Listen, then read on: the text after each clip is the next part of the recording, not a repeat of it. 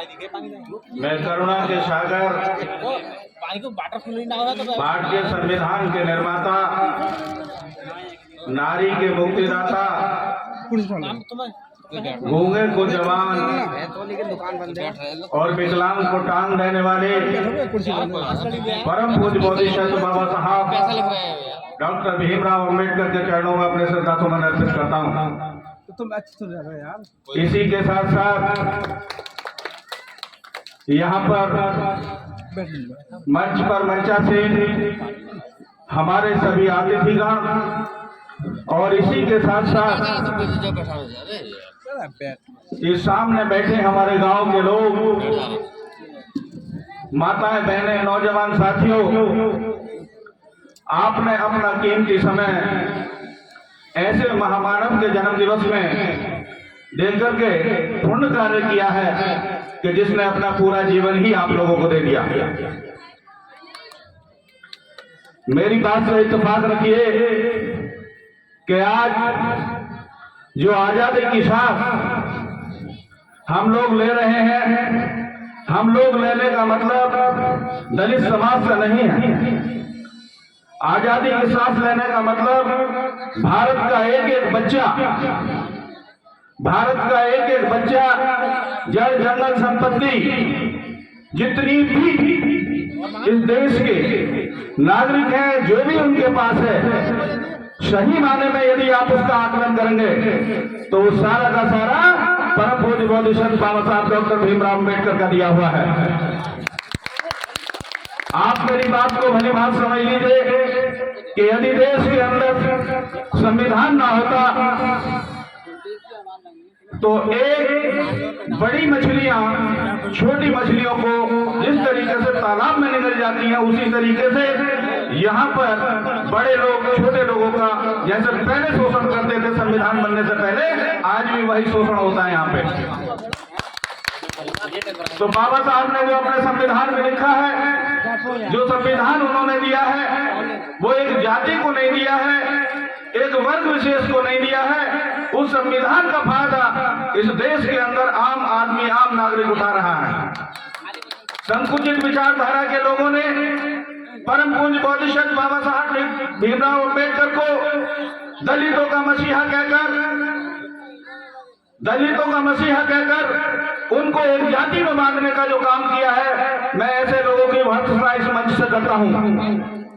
बाबा साहब किसी जाति विशेष के नेता नहीं थे, इस बात को आपको अंगीकृत करना पड़ेगा। यहां तक की बात है कि मंदिर, मस्जिद, गुरुद्वारे, जितने भी यहाँ पर धार्मिक स्थल हैं, उनकी भी यदि कोई रक्षा करता है तो वो भारतीय संविधान करता है। आपने देखा होगा कि मंदिर, मस्जिद, गुरुद्वारे में जब चोरी हो जाती है तो उसके बाद उसकी रिपोर्ट कहाँ लिखाई जाती है? उसकी रिपोर्ट थाने में लिखाई जाती है और वहां कानूनी कार्रवाई की जाती है और उस अपराधी को सजा दी जाती है। किसके तहत दी जाती है? भारतीय संविधान के तहत उसको सजा दी जाती है। इसलिए मैं दावे के साथ अपनी बात को कह सकता हूं कि यदि सर्वोपरि है तो भारतीय संविधान है, जिसको मानना ही पड़ेगा। इस देश के लोगों को कल्याण के लिए मानना ही पड़ेगा। साथियों, कल हम यहाँ बिलारी के जो बाबा साहब का जन्मोत्सव मनाया जा रहा था, वहां पर कुछ बच्चों को मैंने देखा कि उन्होंने जाटव समाज के नाम की तख्तियां हाथ में ले रखी थी। तो वो इस गांव के लोग भी हो सकते हैं, तो मैं उनसे आग्रह करूंगा कि यदि बाबा साहब के सबसे पहला कोई मिशन था तो उनका ये मिशन था कि जात पात का नाश होना चाहिए, जात पात का नाश होना चाहिए। तो यदि हम इसी तरीके से जातियों में बटे रहेंगे तो हम बाबा साहब के मिशन को बढ़ाने की बजाय उसे पीछे धकेलने का काम कर रहे हैं। इसमें बनिया, ब्राह्मण, पंडित, दलित, मौर्य, शाक्य, कुशवा से कोई मतलब नहीं है। उनका काम यह था कि मानव मानव में प्यार होना चाहिए, जातियां टूटने के बाद जो है एक समाज होना चाहिए। इसीलिए मैं कहता हूं कि बाबा साहब जैसा व्यक्ति, चाहे वो ये उनका दुर्भाग्य था, इसको उन्होंने खुद माना था कि ये मेरा दुर्भाग्य है कि मैं भारत में जातीय व्यवस्था के तहत जाति में जन्म ले लिया। यदि इस देश के अंदर जाति नहीं होती तो सब समाज एक होता और मानव मानव एक समान होता और मानव से मानव के कल्याण के लिए ही बाबा साहब का एक नारा था।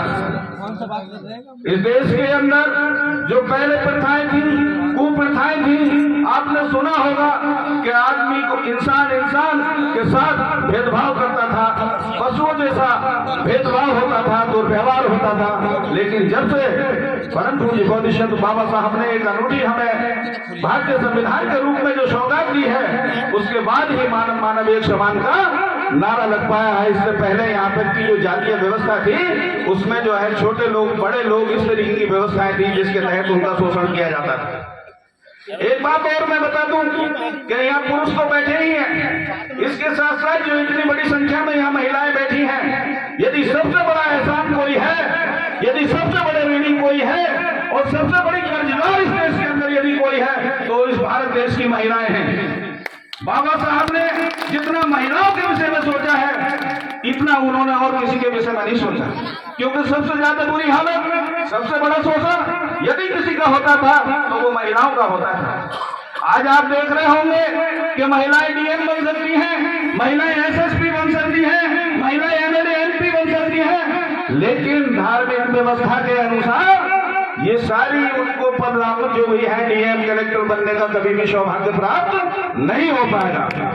इसलिए मैं कहता हूं कि हमारे महापुरुषों ने भी कहा है कि एक रोटी कम खाओ लेकिन बच्चों को जरूर पढ़ाओ।